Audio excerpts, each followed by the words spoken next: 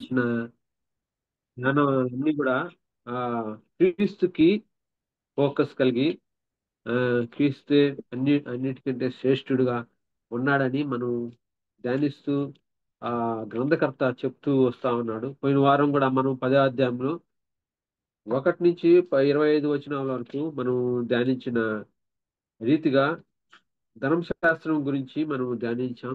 ధర్మశాస్త్రము ఆ పాత నిబంధనలో ఇవ్వబడిన దానికంటే మేలులు, ప్రత్యేకంగా నూతన నిబంధన ప్రభు అయిన యేసుక్రీస్తు రక్తం ద్వారా మనం నిబంధన చేశాడని, శ్రేష్టమైన నిబంధన చేశాడని మనం ఆ 25 వచనాల వరకు చదువుకున్నాం.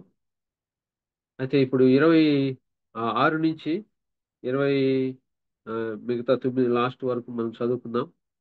అటైతే ఇప్పుడు ఆ మనం హెబ్రీ పత్రిక 10వ అధ్యాయము 26వ వచనం నుంచి 31 వరకు చదువుకుందాం. ఆ, ము- 26వ వచనం నుంచి 31 వరకు మనం చదవండి కదా. మనము సత్యమును గూర్చి అనుభవ జ్ఞానము పొందిన తర్వాత బుద్ధిపూర్వకంగా పాపము చేసినట్లా పాపములకు బలి ఇకను ఉండదు గాని న్యాయపు తీర్పునకు భయముతో ఎదురు చూచుటయు విరోధులను దహింపబోవు తీక్షణమైన అగ్నియునికను ఉండును. ఎవడైనను మోషే ధర్మశాస్త్రమును నిరాకరించిన యెడల ఇద్దరు ముగ్గురు సాక్షుల మాట మీద కనికరింపకుండా వాణ్ణి చంపించుదురు. ఇట్లుండగా దేవుని కుమారుని పాదములతో త్రొక్కి తాను పరచబడుటకు సాధనమైన నిబంధన రక్తమును అపవిత్రమైనదిగా ఎంచి కృపకు మూలమగు ఆత్మను తిరస్కరించిన వాడు ఎంత ఎక్కువైన దండనకు పాత్రుడుగా ఎంచబడ్డని మీకు తోచును. పగ తీర్చుట నా పని, నేనే ప్రతిఫలమిత్తుననియు మరియు ప్రభువు తన ప్రజలకు తీర్పు తీర్చును అనియు చెప్పిన వానిని ఎరుగుదుము కదా. జీవము గల దేవుని చేతిలో పడుట భయంకరము.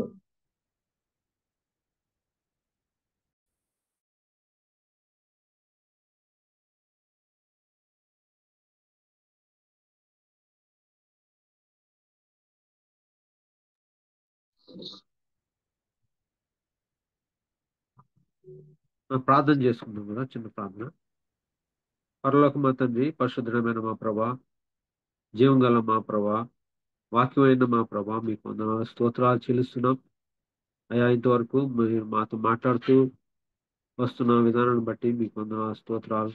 అయా ఈ ప్రియ పత్రికలో 10వ అధ్యాయము తండ్రి నాయన 26 నుంచి మేము ధ్యానించబోతుండగా మీ ఆత్మ నడిపింపును, అయా మీ మాటలను మాకు వినిపించమని, అయా మీరే మాకు అయా సర్వసత్యంలో మమ్మల్ని నడిపించమని, అయా తండ్రి ఏమాత్రం కూడా అయా తండ్రి మిస్అండర్స్టాండింగ్ చేసుకోకుండా అయా తండ్రి మాకు ఈ సత్యాన్ని మాకు బోధించమని, అయా కృప చూపించి నడిపించమని, ఈ సమయాన్ని ప్రభా మాకు దీవెనకరంగా ఉంచమని, మాతో మాట్లాడమని, ఈ కొద్ది విన్నపంలో మా కొరకే ప్రాణం పెట్టి తిరగలేసింది నజరేయుడైన యేసుక్రీస్తు నామములో ప్రార్థించి అడిగి వేడుకుంటున్నాం తండ్రి, ఆమేన్. ఇక్కడ 10వ అధ్యాయం 26వ వచనంలో మనం చూస్తే ఆ ఇది ఆ ఒక హెచ్చరికగా మనం చూస్తా ఉన్నాం. మనము సత్యమును గురించి అనుభవ జ్ఞానము పొందిన ఆ తర్వాత బుద్ధిపూర్వకంగా పాపం చేసినగా పాపములకు బలి ఇకను ఉండదని మనం చూస్తున్నాం. ఇక్కడ హెబ్రీ పత్రిక 6వ అధ్యాయము 4వ వచనంలో కూడా ఇదే ఇటువంటి హెచ్చరికనే మనం చూస్తా ఉన్నాం. ఈ మాటలు ఆ విశ్వాసికి చాలా గా మిస్అండర్స్టాండింగ్ చేసుకున్నట్టుగా, గందరగోళం చేసినట్టుగా, అనేక మంది దాన్ని తప్పుగా అర్థం చేసుకున్న రీతిగా ఉన్నారని మనం 6వ అధ్యాయంలో కూడా చూసాం. అదే మాటను మళ్ళీ 10వ అధ్యాయంలో 26, 27లో చెప్తున్నాడు. మనం హెబ్రీ పత్రిక 6వ అధ్యాయము 4 నుంచి 6 వరకు చదువుకున్నాం. హెబ్రీ పత్రిక 6వ అధ్యాయము 4 నుంచి 6 వరకు చదువుకున్నాం.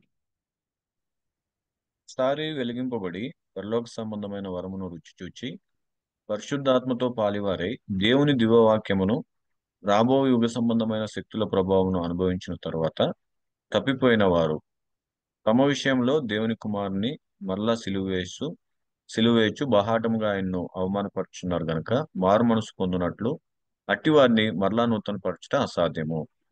చాలు కదా, చాలు. ఇక్కడ మనం ఆరాధ్యం ధ్యానించేటప్పుడు మనము దీన్ని చక్కగా ధ్యానించాం. మళ్ళీ ఇక్కడ రక్షింపబడిన వారు కాదు వీరు అని మనం చూస్తున్నాం. వారు రుచి చూచారు, పరిశుద్ధాత్మలో పాలు పొందారు, అంతేగాని సంపూర్ణంగా వాళ్ళ హృదయాన్ని దేవునికి ఇవ్వలేదని మనం గ్రహిస్తున్నాం. అట్లాగే ఇక్కడ కూడా వీరి గురించి కూడా చెప్తున్నాను. వీరు కూడా సత్యంను కూర్చుని అనుభవ జ్ఞానం పొందారు. వారికి అన్నీ తెలుసు, సువార్త అంటే తెలుసు, ఆయన ఎందుకు చనిపోయాడో తెలుసు, ఆయన్ని సంపూర్ణంగా సత్యం గురించిన జ్ఞానము కలిగిన వారుగా ఉన్నారు. అట్లాంటి వారు ఇక్కడ బుద్ధిపూర్వకంగా పాపం చేసిన ఇక బలి ఉండదు అని చెప్తున్నాడు. అట్లయితే పాపం ఎవరు చేస్తారు, పాపం ఎవరు చేయరు అనేది మనం చూస్తున్నాం. ఇక్కడ హెబ్రీలు నమ్ముకున్న విశ్వాసుల గురించి ఆయన చెప్పడం లేదు. 6వ అధ్యాయం 4వ అధ్యాయం వచనంలో కానీ, ఆ తర్వాత హెబ్రీ పత్రిక 10:26లో కానీ అది విశ్వాసులకు ఒకసారి రక్షింపబడిన వారి గురించి చెప్పడం లేదు. కానీ వారు కేవలము ఆ సత్యం గురించిన జ్ఞానాన్ని పొందారు. తెలుసు వారికి. ఆయన కొంతమంది అయితే ఆయన్ని నోటితో కూడా ఒప్పుకునే వారుగా ఉన్నారు. కానీ నోటితో ఒప్పుకొని విశ్వాసులతో కూడా కలిసి జీవించేవారుగా ఉన్నారు. కొంతమంది అయితే ఆ అనుభవపూర్వకంగా కూడా ఆ వాళ్ళు ఇక్కడ మనం చూస్తాము,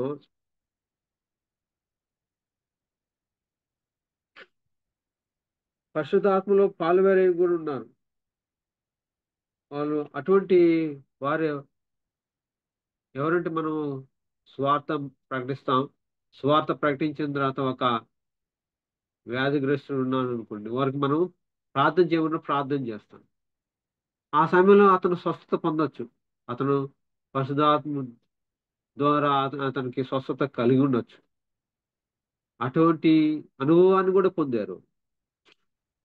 అలాంటి ఏ, స్థితిని కూడా పొందారు, అనుభవించారు, రుచి చూచారు. కానీ వారు హృదయం మాత్రం వాళ్ళు ఇవ్వలేదు. అలాంటి వారు మాత్రమే బుద్ధిపూర్వకంగా పాపం చేయగలరు అని మనం చూస్తున్నాం. బుద్ధిపూర్వకంగా పాపం చేసిన యెడల పాపంకు బలి ఒక ఉండదు. కానీ వాళ్ళకి ఏంటంటే తీర్పు మాత్రమే ఉంటుంది. వాళ్ళు నిజమైన రక్షణ వాళ్ళు పొందలేదు. వాళ్ళు తిరిగి జన్మించలేదు. ఇక్కడ మనం చూస్తాము, 2 స్వభావాలుగా మనకు ఉన్నాయి. దైవిక స్వభావం, డివైన్ నేచర్ ఉంది, ఓల్డ్ నేచర్, పాత స్వభావం ఉంది, పాప స్వభావం ఉంది మనలో. అతను దేవుని స్వభావం మనకున్నది. కానీ దేవుని స్వభావం ఒకసారి మనం పొందిన తర్వాత మనం పాపము చేయజాలము అని వాక్యము చెప్తాం. అంటే మనం ప్రతిదినం పాపం చేస్తున్నాం కదా, అదేం పాపము అని మనం అనొచ్చు. కానీ బుద్ధిపూర్వకంగా పాపం చేయడం వేరు, ఆ ఓల్డ్ నేచర్తో చేసే పాపం వేరు. మనం డివైన్ నేచర్ కలిగి ఉన్నాం కాబట్టి మనం పాపం చేయమని వాక్యం చెప్తా ఉంది. మనం చూస్తే పేతురు పత్రిక, రెండో పేతురు రాసిన పత్రిక పోయిన వారం కూడా మనం చూసాము. 1వ అధ్యాయము 4వ వచనంలో ఆ మహిమ గుణాతిశయములను బట్టి ఆయన మనకు అమూల్యములను అత్యధికములైన వాగ్దానములను అనుగ్రహించి ఉన్నాడు. దురాశను అనుసరించటం వలన లోకమందున్న భ్రష్టత్వమును ఈ వాగ్దానం మూలంగా మీరు తప్పించుకొని దేవ స్వభావమునందు పాలువారు వాటిని అనుగ్రహించండి. మనకు ఒక డివైన్ నేచర్, దేవ స్వభావాన్ని మనకు ఇచ్చారు. అదేవిధంగా మనం దేవుని ఆలయమై ఉన్నాం. ఎప్పుడైతే నమ్ముకున్నామో, నిజంగా నమ్ముకున్న వ్యక్తి దైవ స్వభావం వస్తుంది. ఆ తర్వాత దేవుని ఆలయమై ఉన్నాం. మనం 1 కొరింథీ 3 అధ్యాయంలో 16-18 చూస్తాము. ఆయన ఆత్మ మనల్ని నివసించినప్పుడు ఆయన ఆలయమై ఉన్నాం. ఆయన ఆలయాన్ని మనం పాడు చేస్తే దేవుడు మనల్ని పాడు చేసేవాడుగా ఉన్నాడు. అంత మాత్రమే కాదు, ఒకసారి నమ్ముకున్న వ్యక్తికి ఆ పాపం చేయజాలడు. ఎందుకంటే ఆయనలో దేవుని యొక్క బీజం ఉంది. అది యోహాను రాసిన మొదటి పత్రిక 3:9 మనం చూస్తాం. యోహాను రాసిన మొదటి పత్రిక 3:9 చూద్దాము. చదవండి.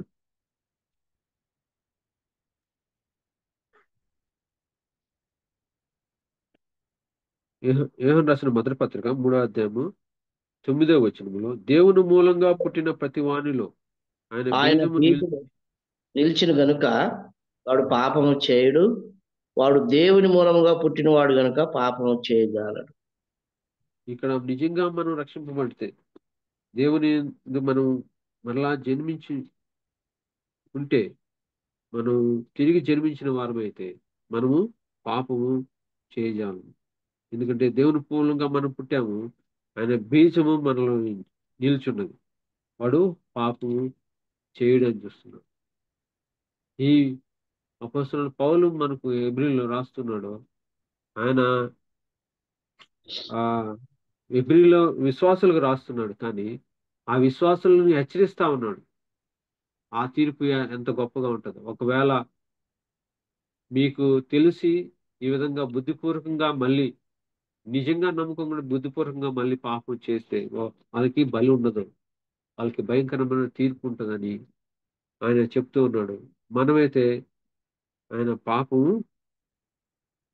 చేయడు అని చూస్తున్నాం. ఎందుకంటే దేవుని మూలంగా మనం పుట్టాం కనుక. ఆ బీజం ఏమిటి మనం చూస్తే, పేతురు రాసిన మొదటి పత్రికలో ఆయన 1 అధ్యాయం 22-23 చూస్తాము. ఆ బీజము ఏమిటి అంటే మనం చూస్తున్నాం, వాక్యం అని చూస్తాం. మొదటి రాసిన పత్రిక పేతురు రాసిన మొదటి పత్రిక 1 అధ్యాయము 22-23. మీరు క్షయ బీజము నుండి కాక శాశ్వతము గల జీవము గల దేవుని వాక్య మూలముగా అక్షయ బీజము నుండి పుట్టింపబడిన వారు గనుక నిష్కపటమైన సహోదర ప్రేమ కలిగినట్లు మీరు సత్యమునకు విధేయులవుడు చేత మీ మనసులను పవిత్రపరచుకునే వారై ఉండి ఒకరినొకడు హృదయపూర్వకంగాను మిక్కటముగాను ప్రేమించు. ఇక్కడ మనం చూస్తాము, మనము క్షయమైన బీజం నుండి కాక అక్షయమైన బీజం నుండి అని చూస్తున్నాం. ఆ బీజం ఏంది అంటే మనము దేవుని వాక్యం మూలంగా అని మనం చూస్తున్నాం. దేవుని మూలంగా పుట్టిన వారము, దేవుని వాక్యం మూలంగా మనము పుట్టినవారు. ఆ బీజము మనలో ఉండడం వల్ల మనము పాపము చేయడు అని ఆయన చూస్తున్నాం. మనలో దైవికమైన స్వభావం ఉన్నట్లయితే మనము పాపము చేయజాలం. ఎందుకంటే శరీరము ఓల్డ్ నేచర్, పాత స్వభావం మాత్రమే పాపము చేయగలదు. మనకు ఇంటలెక్చువల్ గా అనుభవ జ్ఞానము, సత్యం గురించిన జ్ఞానము మనం పొంది ఉండొచ్చు. ఇంటలెక్చువల్ గా మనం చదివి తెలుసుకొని ఉండొచ్చు. అలాంటి వారికి దైవ స్వభావం ఉండదు, డివైన్ నేచర్ ఉండదు. కాబట్టి ఆ వ్యక్తి తెలిసి కూడా అనుభవం డెస్పరేట్ గా అనుభవపూర్వకంగా చేస్తాడు. అతను తెలిసి కూడా చేస్తాడు. ఎందుకంటే అతనికి నమ్ముకోలేదు, అతనిలో ఆ బీజము లేదు. కాబట్టి తెలిసి కూడా పాపం చేస్తాడు. అలాంటి వ్యక్తికి ఎంత భయంకరమైన తీర్పు ఉంటుందో మనం ఆ చూడగలమని అపోస్తలుడు పౌలు హెబ్రీయులో రాస్తున్నాడు. డివైన్ నేచర్ కెనాట్ సిన్ అని మనం చూస్తున్నాం. ఆయన ఏమాత్రం పాపం చేయదు. మనం పాపం చేస్తున్నాము అంటే మనము దైవ స్వభావాన్ని కాకుండా మనము మన పాత స్వభావం ఓల్డ్ నేచర్ తో మనం పాపం చేస్తాం. అది మరణం కారణం కాని పాపం అని మనం చూస్తాం. అది యోహాను సువార్త మొదటి పత్రికలో మనం చూస్తాం ఆ మాటను.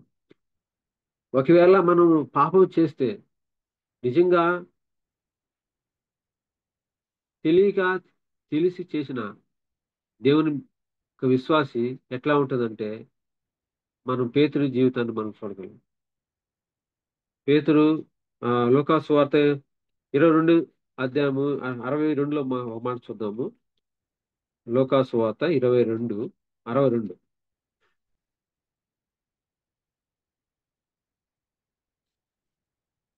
లూకాసు వార్త 22:62.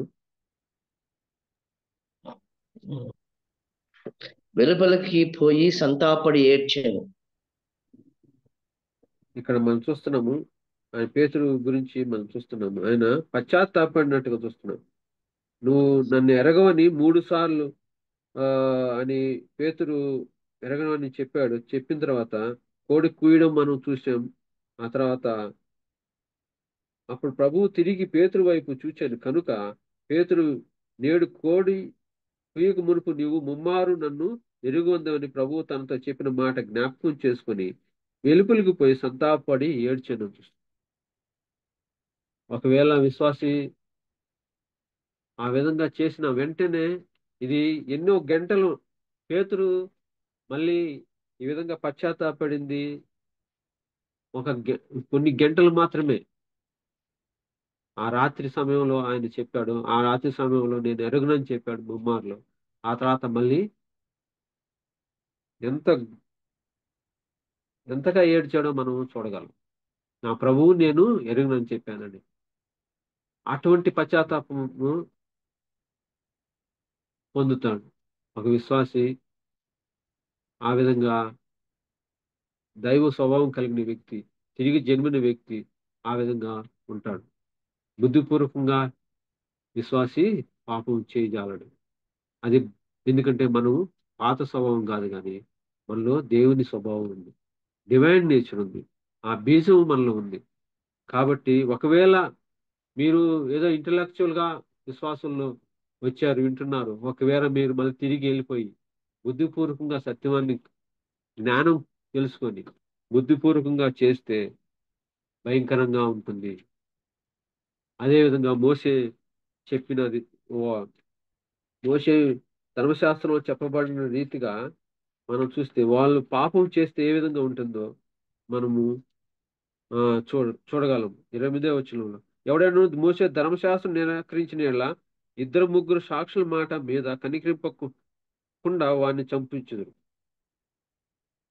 ధర్మశాస్త్రాన్ని ఒకవేళ ఆ విధంగా చేయకపోతే, పాపం చేసినట్ల అయితే వాళ్ళకి ఇంకా కనికరం ఉండదంట. ఏం మాత్రం దయ చూపించకుండా వాళ్ళని రాళ్లతో కొట్టి చంపే రీతిగా ఉంది. అది మనం ద్వితీయోపదేశకాండం 17వ అధ్యాయం 2-7 వరకు చూద్దాము. ద్వితీయోపదేశకాండము 17వ అధ్యాయము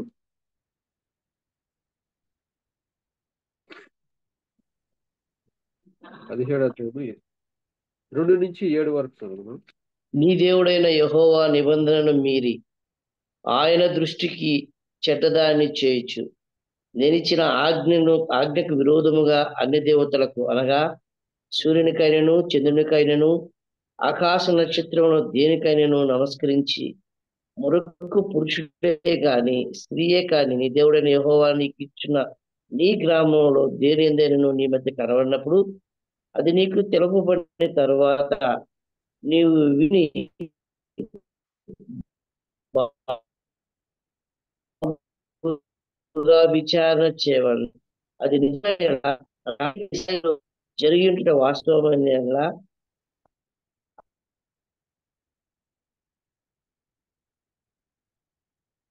చాలా బాగా వాయిస్ కట్ అవుతుంది. ఇక్కడ మనం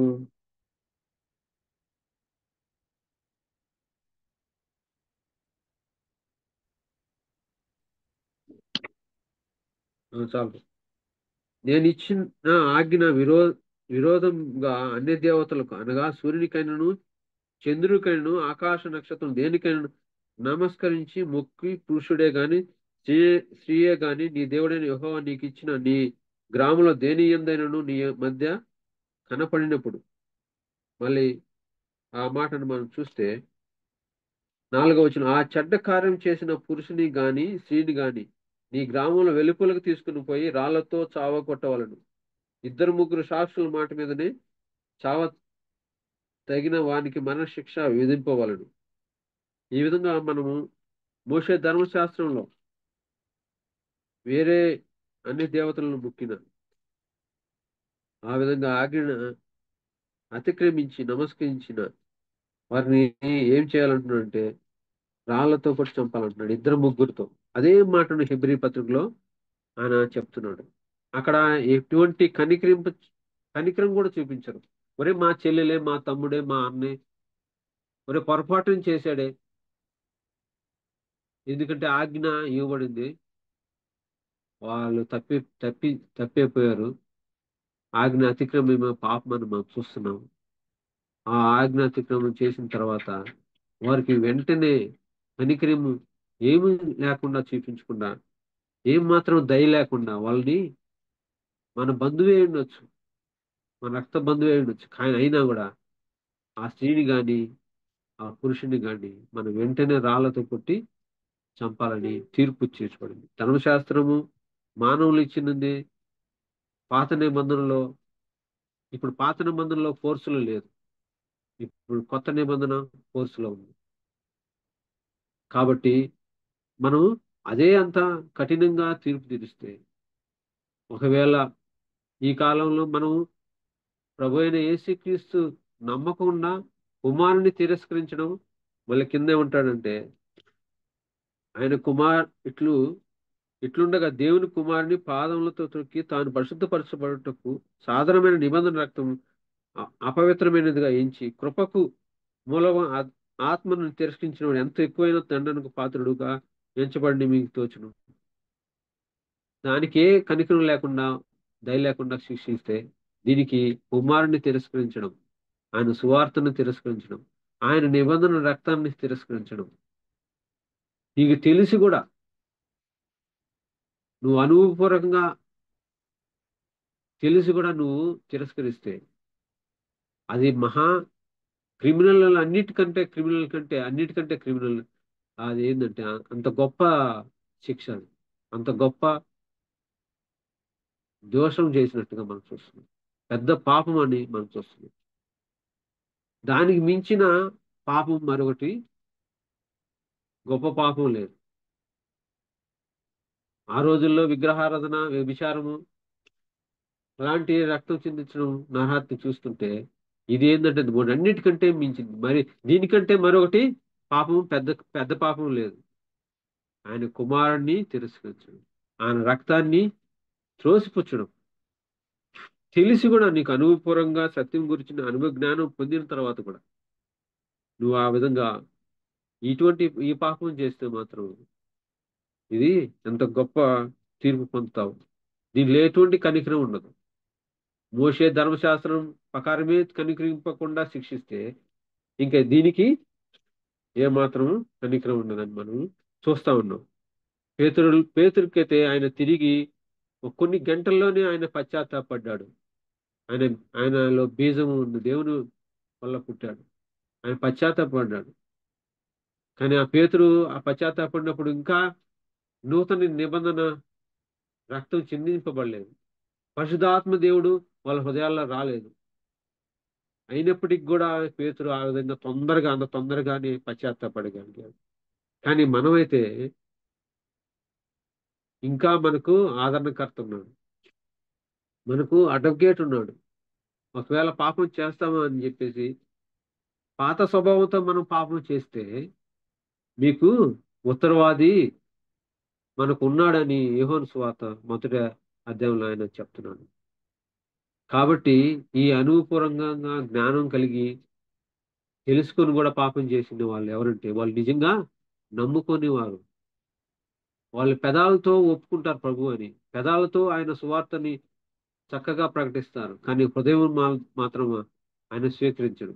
వాళ్ళు రుచి చూశారు, కానీ వాళ్ళు తినలేదు. 6వ అధ్యాయంలో మనం చూసాం, వాళ్ళు రుచి మాత్రమే చూసి పూర్తిగా తినకుండా ఉన్నారు. పెదాలతో, ఆ జ్ఞానంతో, ఇంటలెక్చువల్ జ్ఞానంతో వాళ్ళు ఆ తెలుసుకున్నారు, కానీ హృదయాన్ని మాత్రం ఆయనకి ఇవ్వకుండా ప్రభువా ప్రభా అని ఆయన నామాన్ని గొప్ప గొప్ప కార్యాలు చేయగలరు, కానీ వాళ్ళ పాపం మాత్రం తెలిసి కూడా చేసేవారు ఉన్నారు. అటువంటి వారికి మళ్ళీ సిలువ వేయబడ్డు, మళ్ళీ బలి లేదు, వాళ్ళకి కఠినమైన తీర్పు ఉంది అని ఆయన చెప్తున్నాడు. న్యాయ తీర్పునకు భయంతో ఎదురు చూచుటకు విరోధులను దహింపబో తీక్షణమైన అగ్ని నీకును ఉండును అంటున్నాడు. ఎవరికైతే శత్రువు అయిన అపవాదికి నియమింపబడిన నిత్య నరకం వాళ్ళకి తీర్పుగా ఉన్నట్టుగా మనం చూస్తున్నాం. కాబట్టి మీరు జాగ్రత్త అని వాళ్ళు ఆయన హెబ్రీ రాసిన పత్రికలో ఆయన హెచ్చరిస్తా ఉన్నాడు. కానీ ఈ మాత్రం ఎలాంటి వారంటే ఇక్కడ 29వ వచనంలో అంటున్నాడు, 10వ అధ్యాయము 29వ వచనంలో, అయితే మనము నశించుటకు వెనుక తీయవారం కాము, కానీ ఆత్మను రక్షించుకున్నటకు విశ్వాసము కలిగిన వారమై ఉన్నాము. ఇక్కడ మనము అని పౌలు కూడా ఈ విశ్వాసులతో కలుపుకుంటున్నాడు. ఈ మాట రాయబడింది విశ్వాసులకి కాదు అని గ్రహించాలి. అది గ్రహించినప్పుడు మనం ఈ మాటను మిస్అండర్స్టాండింగ్ చేసుకోమని మనం అర్థం చేసుకోగలం. ఈ అనుభవపూర్వకంగా పాపం చేస్తే చాలా మంది ఏమనుకుంటారంటే, రక్షింపబడి మళ్ళీ నేను పాపం చేస్తే నాకు బలి ఉండదు, నాకు తీర్పు ఉంటుంది అని చాలా మంది ఇంటర్ప్రిటేషన్ చేసి, చాలా మంది రక్షణ పోతుందని దాన్ని ప్రకటించేవారుగా ఉన్నారు. కాబట్టి ఇది మనం అర్థం చేసుకోవాలి. ఇక్కడ మనము అని ఇక్కడ పౌలును కూడా ఇంక్లూడ్ చేసి రాస్తున్నాడు. కాబట్టి పౌలు కూడా దీంట్లో ఉన్నాడు. ఇది రాయబడింది హెచ్చరిక చేస్తున్నాడు. ఒకవేళ ఆ విధంగా నువ్వు వెనక్కి వెళ్ళిపోతే, మీలో ఎవరన్నా ఉండి తెలుసుకొని మళ్ళీ అనుభవపూర్వకంగా వెళ్ళిపోతే మీరు జాగ్రత్త, ఆ శిక్ష మరీ ఘోరంగా ఉంటుంది. మోషే రాసిన ఆ ధర్మశాస్త్రం ప్రకారమే కనికరం లేకుండా రాళ్లతో కొట్టి చంపమన్నాడు. కానీ దీనికి ఇంకెంత గొప్ప శిక్ష ఉంటుందో, జీవం గల దేవుని చేతిలో పడటం భయంకరం అని మనం చూస్తున్నాం. అటువంటి భయంకరమైన తీర్పు మనకు ఉంటది. కాబట్టి సత్యం గురించి తెలుసుకున్న తర్వాత ఇంకా ఎవరన్నా యేసుక్రీస్తు సువార్తను తెలుసుకొని కూడా ఇంకా సంపూర్ణంగా తిరిగి జన్మించకుండా ఆయన కుమారుని తిరస్కరిస్తే, ఆయన నిబంధన రక్తాన్ని త్రోసిపుచ్చితే కఠినమైన తీర్పు ఉన్నది. ఏదో మనం ప్రతిదినం వచ్చి వాక్యాన్ని వింటా ఉన్నాము, మనకు ఆ జ్ఞానం వచ్చింది, సత్యం గురించి తెలుసుకున్నాము, కానీ ఇంకా తీర్మానం చేసుకోకుండా ఇంకా వెనుక తీస్తూనే ఉంటే మాత్రం ఇది ఒక హెచ్చరికగా ఉంది. ఈ రోజేం చనిపోతే, ఈ క్షణమే చనిపోతే నువ్వు సత్యాన్ని గురించిన అనుభవ జ్ఞానం పొందావు, కానీ నువ్వు ఆయన్ని తిరస్కరించిన వాడిగా మిగిలిపోతావు. కాబట్టి ఆయన్ని కుమారుని స్వీకరించి ఆయన బలియాగాన్ని ఒప్పుకొని, ఆయన మరణ పునరుద్ధానాన్ని ఒప్పుకొని, ఆయన నిబంధన రక్తం చేత కడుగుబడి నువ్వు ఆయన కుమారుడిగా దేవుని మూలంగా పుట్టినవాడైతే నీకు గొప్ప స్వాస్థ్యం ఆయన ప్రభునందు ఆయన దాచి ఉంచాడు, పరలోకమందు దాచి ఉంచాడని మనం చూస్తున్నాం. అదేవిధంగా 32 నుంచి మనం 39 వరకు చదువుకుందాం. 32 నుంచి 39 వరకు చదువుకొని ముగించుకుందాం. అయితే మీరు వెలిగింపబడిన మీదట శ్రమలతో కూడిన గొప్ప పోరాటము సహించిన పూర్వదినములు జ్ఞాపకం తెచ్చుకున్నది. ఒక విధముగా చూసితే మీరు నిందలను బాధలను అనుభవించుట చేత 10 మందిలో ఆరడి పడితిరి. మరొక విధముగా చూసితే వాటిని అనుభవించిన వారితో పాలివారైతిరి.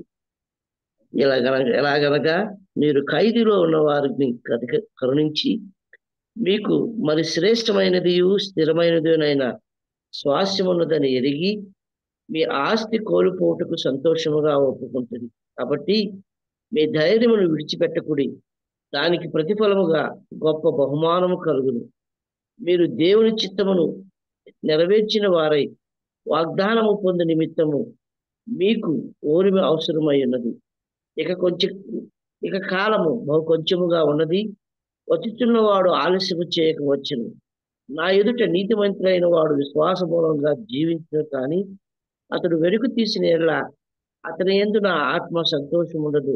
అయితే మనము నశించుటకు వెనుక తీయవారము కాము గాని ఆత్మను రక్షించుకొనుటకు విశ్వాసము కలవారమై ఉన్నాము.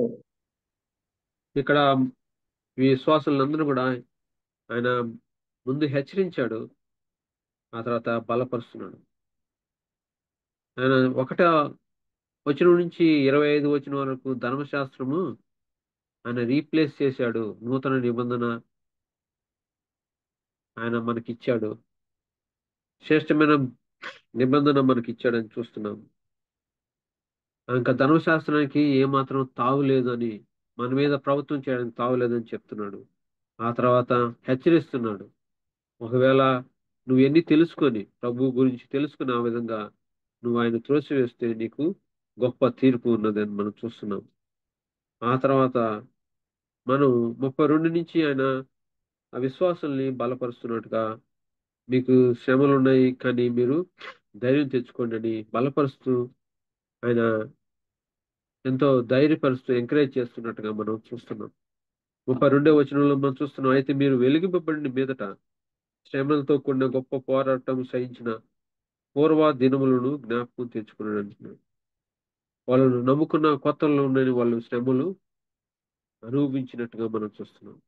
విశ్వాసమైన మనందరం కూడా మనకు ఆయన పరసంబంధమైన స్వాస్థ్యాన్ని కాకుండా, మనం నూతనమైన జీవాన్ని కాకుండా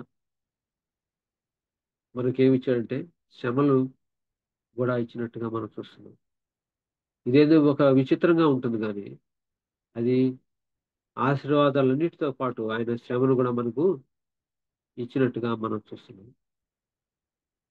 అది చాలా మంది అయితే దాన్ని ఏమాత్రం చెప్పడానికి కూడా ఇష్టపడరు, కానీ మనమైతే అది మనకు ముందుగానే ఆయన అనుగ్రహించాడని మనం గ్రహించాలి. అది మన మేలుకే అని అనుగ్రహించాడు. ఆయన మన కీడుకు కాదు కానీ మన మేలుకే అనుగ్రహించాడు. మనకు శ్రమలు అనుభవించిన ప్రధాన యాజకుడు మనకు సహాయం చేయడానికి పక్కనే ఉన్నాడు. ఆ మాటను మనం చూసుకున్నాం. ఆశీర్వాదాలు, స్వాస్థ్యాలు మాత్రమే కాదు, ఆయన శ్రమలు కూడా మనకు అనుగ్రహించాడు. ఫిలిప్పీయులకు రాసిన పత్రిక 1వ అధ్యాయము 30వ వచనం మనం చదువుకుందాం. ఫిలిప్పీయులకు రాసిన పత్రిక 1వ అధ్యాయము 30వ వచనం.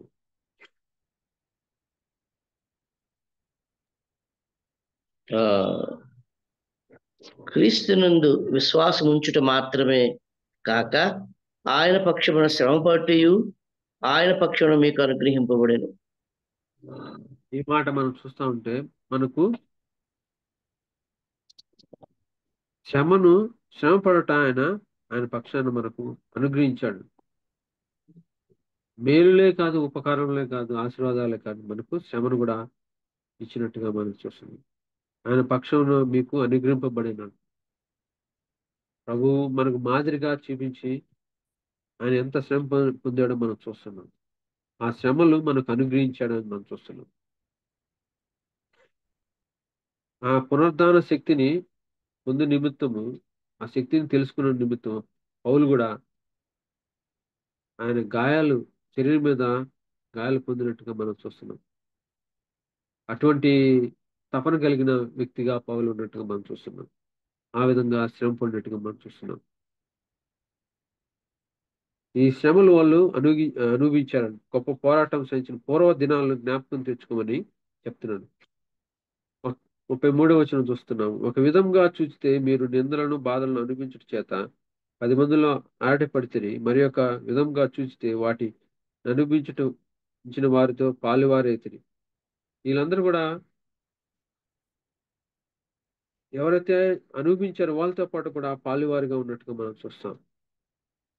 వారు మొదటి పూర్వ దినాల్లో ఆ జ్ఞాపకం చేసుకోండి మీరు ఎంత. ఎందుకంటే మొదటగా మనం విశ్వసించిన, మొదటగా ఆయన అంగీకరించిన తర్వాత మనం ఎంత తీవ్రంగా ప్రభువులో పనిచేస్తాము, ఎంత తీవ్రంగా ప్రభు పట్ల మనం కార్యాలు చేస్తామో అవి చాలా జ్ఞాపకాలుగానే ఉండిపోతాయి. కానీ మళ్ళీ మనం అటువంటి దినాలను చూస్తామా, అటువంటి దినాలను నాకు మళ్ళీ కావాలి అని ప్రతి విశ్వాసి అనుకుంటాడు. ఎందుకంటే నమ్ముకున్న కొత్తల్లో ప్రతి విశ్వాసి కూడా చాలా తీవ్రంగా ప్రభు పట్ల కార్యాలు చేసేవాడిగా, శ్రమపడేవాడిగా, సహించేవాడిగా, పోరాడేవాడిగా ఉంటాడు. అదే ఎపిసి రాసిన పత్రికలో కూడా ఆయన ఎపిసి సంఘాన్ని కూడా చెప్తాడు, నువ్వు మొదటి ప్రేమను విడిచేవాడిని. ఎందుకంటే మొదట్లో మనం చాలా తీవ్రంగా ఉంటాం. అందుకని పూర్వదినాలు మీరు జ్ఞాపకం చేసుకోండి. మీరు శ్రమ పడ్డారు, అవి తెచ్చుకోండి, మీరు ధైర్యం తెచ్చుకోమని చెప్తున్నాడు. అదేవిధంగా మీరు పాలువారి ఉన్నారంటున్నాడు. అది ఏ విధంగా మనం చూస్తే ఆయన ఒక మాటను చూసుకొని ఆ, ముందుకెళ్దాము. కొరింథీయులకు రాసిన పత్రికలో కూడా పౌలు ఈ విధంగా చెప్తా ఉన్నాడు. మొదట రాసిన కొరింథీయులకు రాసిన మొదటి పత్రిక 4వ అధ్యాయము 9వ వచనము. 4వ అధ్యాయం 9వ వచనము. 1 కొరింథీ పత్రిక 4వ అధ్యాయం 9వ వచనం. మరణదండన విధింపబడిన వారమైనట్టు దేవుడు అపోస్తులమైన మమ్మును అందరికంటే కడపట ఉంచి ఉన్నాడని నాకు తోచుచున్నది. మేము లోకమునకు దేవదూతలను మనుషులకు వేడుకగా ఉన్నాము. వారు ఆ విధంగా మనం చూస్తున్న అపోస్తులందరూ కూడా ఏ విధంగా ఉన్నారు మనం చూస్తున్నాం. అటువంటి పరిస్థితుల్లో మేము క్రీస్తు నిమిత్తము వేరే వారము, మీరు క్రీస్తునందు బుద్ధిమంతులు, మేము బలహీనులము, మీరు బలవంతులు, మీరు గనులు, మేము ఘనహీనులము. ఈ గడియ వరకు ఆకలి దెబ్బలు గలవారము, దిగంబరులము, పిడిగుద్దులు తినుచున్నాము, నిలవరంగా మేము నివాసం లేక ఉన్నాము, స్వహ హస్తములతో పనిచేసి కష్టపడుచున్నాము, నిందింపబడి దీవించుచున్నాము, హింసించబడి ఓర్చుకుంటున్నాము, దూషింపబడి బతిమాలుకుంటున్నాము, లోకమునకు మురికిగాను అందరికీ పెంటగాను ఇప్పటి వరకు ఎంచబడి ఉన్నాము. ఇటువంటి పేతురు, ఇటువంటి పౌలు పరిస్థితి మనం చూస్తున్నాం. అపోస్తుల పరిస్థితులు మనం చూస్తున్నాం. అటువంటి నిందలు బాధలు అనిపించిన వారుగా ఉన్నారు. అనేకులకు వేడుకగా ఉన్నారు. ఆ విధంగా అనిపించిన వారు ఉన్నారు. అలాంటి ఆ అపోస్తుల వారితో అనిపించిన వారితో మీరు పాలువారై ఉన్నారంటున్నాడు. ఎందుకంటే వాళ్ళకి పౌలు సహాయం చేసిన వారుగా ఉన్నారు. ఆ విధంగా వాళ్ళు పాలువారై ఉన్నారు అంటున్నాడు. అదేవిధంగా ఏలైనగా మీరు ఖైదులో ఉన్న వారికి కరుణించి మీకు మరి శ్రేష్టమైనది స్థిరమైనది స్వాస్థ్యం ఉన్నదని ఎరిగి మీ ఆస్తి కోల్పోటకు సంతోషంగా ఒప్పుకుంటారని చూస్తాం. ఆయన ఖైదులో ఉన్న వారిని కరుణించినట్టుగా మనం చూస్తున్నాం. ఇదే విధంగా మనం ఆ తిమోతి రాసిన పత్రికలో కూడా ఆయన మనకు హెచ్చరికగా చెప్తున్నట్టుగా మనం చూస్తాం. మనం కరుణించాలి, వాళ్ళని చూడాలి అని మనము ఆ మాటను మనం చూస్తున్నాం.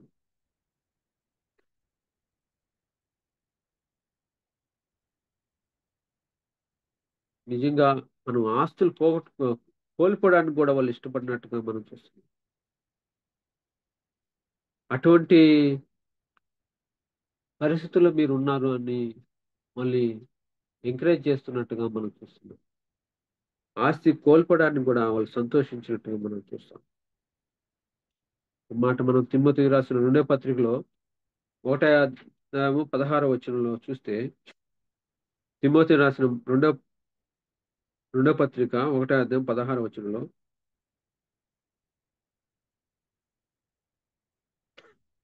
ప్రభువు ఒనేసిఫోరు ఇంటి వారి యందు కనికరము చూపును గాక. అతడు రోమాకు వచ్చినప్పుడు నా సంఖ్యలను గూర్చి సిగ్గుపడక శ్రద్ధగా నన్ను వెతికి కనుగొని అనేక పర్యాయములు ఆదరించెను.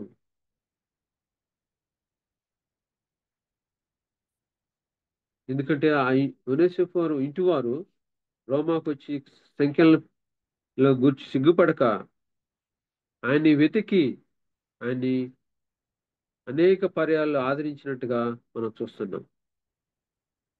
అలాంటి ఆ స్థితిలో, ఖైదులో ఉన్న పరిస్థితుల్లో కూడా పౌల్ని ఎతికి అనేక పర్యాలు పరిచయం చేసినట్టుగా, సహాయపడినట్టుగా ఏమాత్రం సిగ్గుపడకుండా వాళ్ళకి సహాయం చేసినట్టుగా చూస్తున్నాం, కరుణించినట్టుగా చూస్తున్నాం. అదేవిధంగా హెబ్రీలు కూడా చేసినట్టుగా మనకు ఎలాగ మీరు ఖైదులో ఉన్న వారిని కరుణించి మీకు మరి శ్రేష్టమైన స్థిరమైన స్వాస్థ్యం ఎరిగి దాని ఆస్తి కోల్పోవడానికి కూడా సంతోషంగా ఒప్పుకుంటున్నాను. కాబట్టి మీ ధైర్యంను విడిచిపెట్టుకుని దానికి ప్రతిఫలమును గొప్ప బహుమానము కలుగునని చెప్తాను. అలాంటి వారిని మీరు ఆదరించారు, అలాంటి అనుభవంలో ఉన్న వారిని కూడా మీరు ఆదరించారు. కాబట్టి వారితో పాటు మీరు పాలువారయ్యారు. గొప్ప శ్రమలో మీరు ఆ పోరాటాలు పొందారు పూర్వదినాలు. ఇలాంటి పరిస్థితుల్లో ఉన్న మీరు ఏమంటున్నాడంటే గొప్ప బహుమానం ఉంది అని ప్రతిఫలం ఉంది అని తెలుసుకుని గొప్ప ధైర్యం తెచ్చుకున్నాడు. మనకు గొప్ప బహుమానం మనకున్నది అని ఇక్కడ చెప్తున్నాడు. ఈ విధంగా అపోస్తలులు పౌలు ఒక పక్క హెచ్చరిస్తూ ఒక పక్క వాళ్ళని మళ్ళీ బలపరుస్తూ వాళ్ళ స్థితి వాళ్ళు ఏ విధంగా ఆ ఆదరించారో, ఏ విధంగా విడిచిపెట్టారో, ఎట్లా సహాయం చేశారో, ఎట్లా శ్రమలు పొందారో అవన్నీ కూడా వాళ్ళని ఆ చెబుతూ వాళ్ళని ఎంకరేజ్ చేస్తూ బలపరుస్తూ బహుమానం గొప్ప బహుమానం ప్రతిఫలము దేవుడు ఇచ్చేవాడుగా ఉన్నాడని చూస్తున్నాడు. మీరు దేవుని చిత్తమును నెరవేర్చిన వారి వాగ్దానం పొంది నిమిత్తము మీకు ఓరమి అవసరమై ఉన్నది. మీకు బహుమానం ఉంది, ప్రతిఫలం ఉంది, కానీ దేవుని చిత్తం నెరవేర్చడానికి వాగ్దానం పొందిన నిమిత్తము మీకు ఓరమి అవసరం అంటున్నాడు, ఓర్పు అవసరం అంటున్నాడు. ఒక పక్క పౌలు ఏంటంటే పొగుడుతా పొగుడుతూ మళ్ళీ ఒక చిన్న హెచ్చరిక కూడా చేసేవాడు. ఇవన్నీ మీకు బాగున్నాయి, ఇవన్నీ కూడా మీరు చేస్తున్నారు, మీరు అనుభవిస్తున్నారు శ్రమలు, కానీ బహుమానం ఉంది. కానీ మీరు ఆయన చిత్తాన్ని నెరవేర్చడానికి మీరు ఏం కావాలంటే ఓర్పు కావాలంటున్నాడు. ఆ ఓర్పు గురించి కూడా మనం అంతకుముందు అధ్యాయాల్లో మనం ధ్యానించాం. రోమపత్రిక 12వ అధ్యాయంలో 12వ వచనంలో మనం చూస్తాం. ఓర్పు కలిగి ఉండాలని మనం హెచ్చరిస్తా ఉన్నాడు రోమపత్రికలో. రోమపత్రిక 12వ అధ్యాయం 12వ వచనం.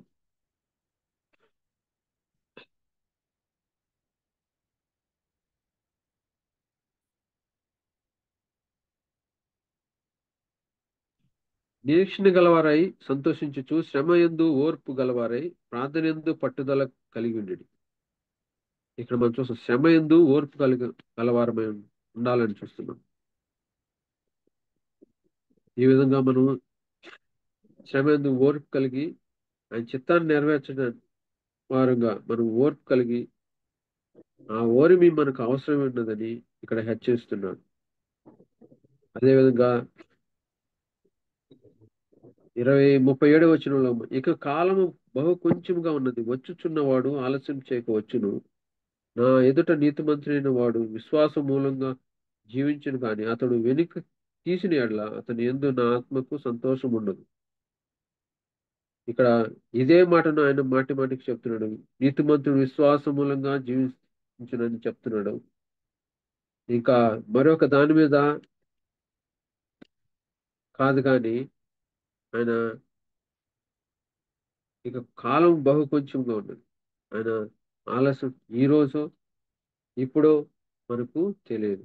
కాబట్టి ఈ మనం విశ్వాసం మూలంగా జీవించే వారంగా ఉండాలని ఆయన చూస్తున్నాం. ఒక వ్యక్తి మనం రక్షింపబడాలని ఆశిస్తాం, కానీ ఒక ఆత్మ రక్షింపబడాలని ఆశిస్తాం, కానీ ఒక ఆత్మ నరకానికి పోవాలని మనం ఆశించమని ఆయన చెప్తున్నాడు. అయితే మనం నశించుటకు వెనుక వారం కాము, కానీ ఆత్మ రక్షించుకున్నటకు విశ్వాసం కలిగిన వారమై ఉన్నాం.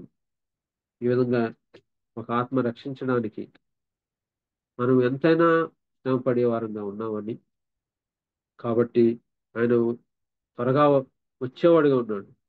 బహు కొంచెం కాలమే మనకున్నది. కాబట్టి రక్షించడానికి కాదు కానీ మనం ఆత్మను రక్షించడానికి మనము ముందుకెళ్ళాలి. ఆయన త్వరగా వచ్చేవాడుగా ఉన్నాడు. ఆ విధంగా అనేకుల్ని రక్షించే దానికి మనం పాత్రలు అవ్వాలని ఆయన హెచ్చరిస్తున్నాడు. ఆయన చిత్తాన్ని నెరవేర్చే వారంగా, ఓర్పు కలిగిన వారంగా, శ్రమ పొందే వారంగా, ఆయన ఖైదులో ఆయన కొరకు అనుభవిస్తున్న వారందరి కొరకు కూడా ఆస్తులు కూడా అమ్మి మనం సంతోషించే వారంగా ఉండాలని, మనం ధైర్యాన్ని కోల్పోకూడదని, ఆ గొప్ప బహుమానం మనకున్నదని మనం గ్రహించి ఆయన అనేకులను రక్షించడానికి మనం పాత్రలు కావాలని, విశ్వాసం మూలంగా మనం జీవించాలని ఆయన హెచ్చరిస్తూ ఉన్నాడు. అదేవిధంగా పైన చెప్పినట్టు రీతిగా సత్యంను గురించిన అనుభవ జ్ఞానం పొంది తర్వాత బుద్ధిపూర్వకంగా పాపం చేస్తే మనం అది ఈ మాట రక్షింపబడిన వారికి, నిజంగా రక్షింపబడిన వారికి మనం జ్ఞాపకం చేసుకోవాలి. హెబ్రీ పత్రిక ఎప్పుడు చదివినా కూడా ఈ మాటలు 6వ అధ్యాయంలో కానీ 10వ అధ్యాయంలో కానీ మనం హెచ్చరికలు చేసినప్పుడు అది విశ్వాసులకి కాదు, అది నిజంగా రక్షింపబడకుండా నామినల్ క్రిస్టియన్‌గా ఉన్నవారు, పెదాలకు మాత్రమే, ఇంటలెక్చువల్‌గా మాత్రమే నమ్ముకున్న వాళ్ళు, కానీ హృదయం మాత్రం ఆయన ప్రభువుకు దూరంగా ఉంచేవారుగా ఉన్నారు. అలాంటి వారి గురించి ఆయన హెచ్చరిస్తున్నాడని జ్ఞాపకం చేస్తున్నాం. దేవుడు ఈ వాక్యాన్ని దీవించింది. చాలా వందనాలు బ్రదర్. శ్రేష్టమైనటువంటి